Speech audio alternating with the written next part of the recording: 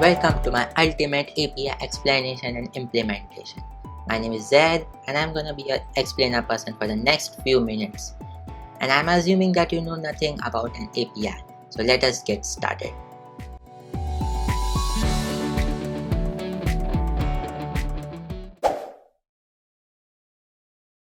An API refers to application programming interface. As I said, I'm assuming that you know nothing about it. So I'll be talking to you as if you don't know anything about an API. If you don't know anything, you might visit a web page about it. It will tell you an application programming interface, a communicating interface which defines interaction between multiple software intermediates. It defines the kind of call that can be made, how to make them, the data formats to be used, the conventions, all this kind of thing would be shown to you. And that might be the issue for you, that you are not understanding it, so that's why you have came to this video. So I'm here to solve that issue for you. So nowadays mostly everything in IT technology is connected to each other, and those connections are done by nothing but an API. An application programming interface is a program that connects two or more things together. So nowadays every app is having two destinations in their architecture.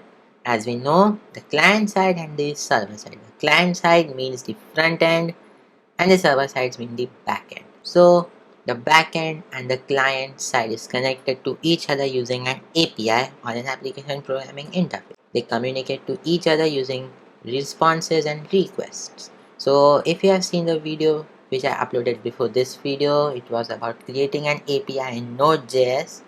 That video, whenever we used to consume a GET request, we used to put the request and response. So request means the request sent by the client, that means the front end, and the response means the response or the reaction which is sent by the back end after getting that request.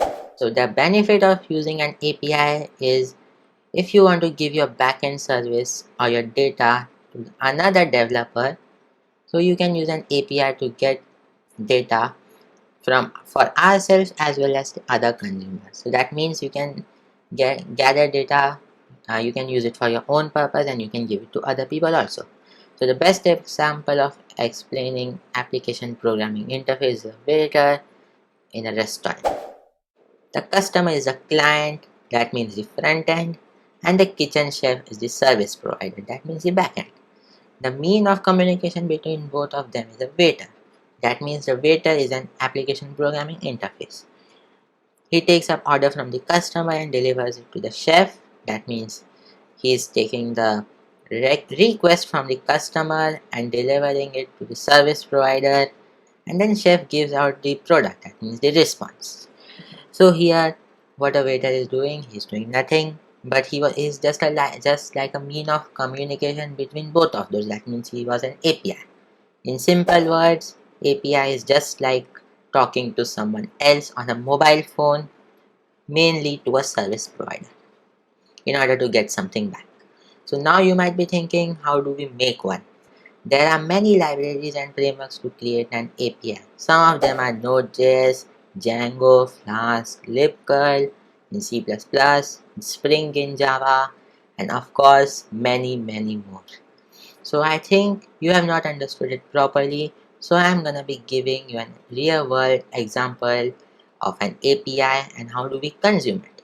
So the example which we are gonna work on is a weather API. Watch further to get to know about how to consume it. So now I'll open a Finder window. In the developer folder, I'll create a new folder here as API implementation. Then right here, and I'm gonna drop it in VS Code. Now I'll create a new file here as index.html. So I'll write some basic HTML here. I'll collapse this menu bar here, and right here make an exclamation mark, which will give us the basic stylings for a basic HTML document.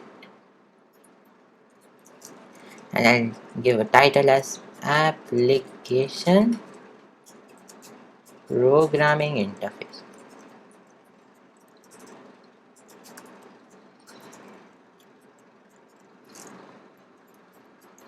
So the API which we will use here would be the Open Weather Map Weather API. So to access that, we'll go to Chrome and right here API. First of all, we'll go to openweathermap.com,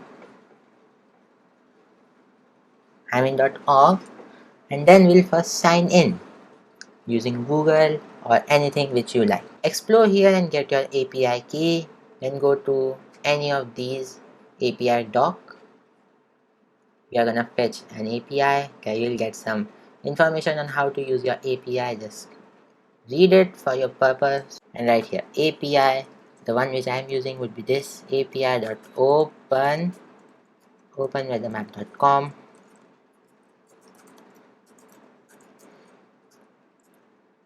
.org /data /2.5 /weather. Then we put a question mark here, then we put lat. Lat stands for latitude. I'll put it whatever written here, and longitude whatever here written here. Then our app ID, that means the API key. It's one of the most secret things to keep with you. And here, and units equal metric. So now we get to see our data here. So the data from an API usually is fetched in raw JSON format. We fetch it in browser just for testing. So now we are gonna access this data, the temperature data right now from the API. So we'll go back to VS Code and I'll give a header there. Header. I'll write the H1 and I'll leave it empty. Then we'll write a script tag here because our code is not gonna be very big like the ones before. So we are gonna write it in the HTML document itself, the script. And then we'll write a const h1 would be equal to document dot get element by id. I'll give this h1 an id.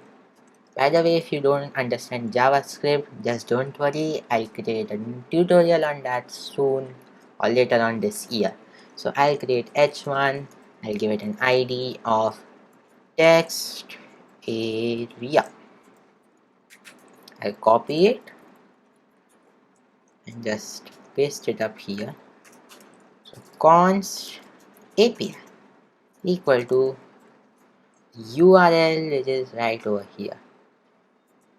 There are different ways of communicating to an API in different languages. So in JavaScript, we do it in this form.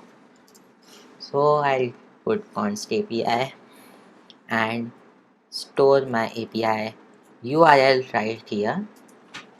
Now what I'll do is, now let's fetch it. So we'll get a function get data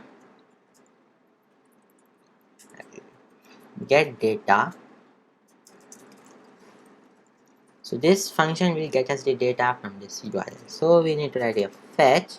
To fetch an API in JavaScript, we use the fetch function, then a curly bracket, then we'll pass the URL here. For our case, it's the API variable here. So API, then we add .10 response. Then we run an arrow function here. By the way, this is standard ECMAScript 6. So if you use an API, I recommend you to know ECMAScript 6 or ES6. It doesn't matter how you call it. The response, then we'll use response.json. Now what it will do is it will just return us response.json.10 again. By the way, this fetch returns as a promise. That's why we can work here with .den, and it will work even with .cat. So .den, we write a data. We again run an arrow function. Now we'll change its inner text. This h1's inner text h1 dot. We'll run an arrow function, real one arrow function here. I'll create this a function. and I write here h1 dot inner text equal to, so I'll go back to my data. I want to access uh, this variable here, temp. So the temp variable, actually this is a JavaScript object notation program, that means JSON program, which gives us which makes us very easy to access our API. In different languages it is different, so we need to access this one. So to convert from JSON format to a string, a plain English string, we need to use json.stringify. So json.stringify, and we get our data dot main. As you can see, it is main dot temp. So dot temp. I'll close this. I'll put a curly brace here, and then finally I'll call the get data function. The get data. Now I think this should work. So I'll again put a call. I'll again open the menu bar here. I'll right click on the document and open it with live server. Now it is opening in the live server, and you can see it fetched the real time temperature right here in Navi Mumbai, India. Now what we can do is we can add some formattings here. So I'll write a plus, and I'll write here a degree sign. For to make a degree sign, you can just press Alt Shift and 8 on a Mac computer. I don't know about Windows computer, so I'll just write degree Celsius, Command S. Now we can see it is degree Celsius. Now we can just add more space here. Now you can see it is formatted better. So hope you enjoy the video. Please like my video, share my video, and subscribe to my channel. And hope you understand what's an API. If you didn't understand, feel free to ask me any question in the comment box below.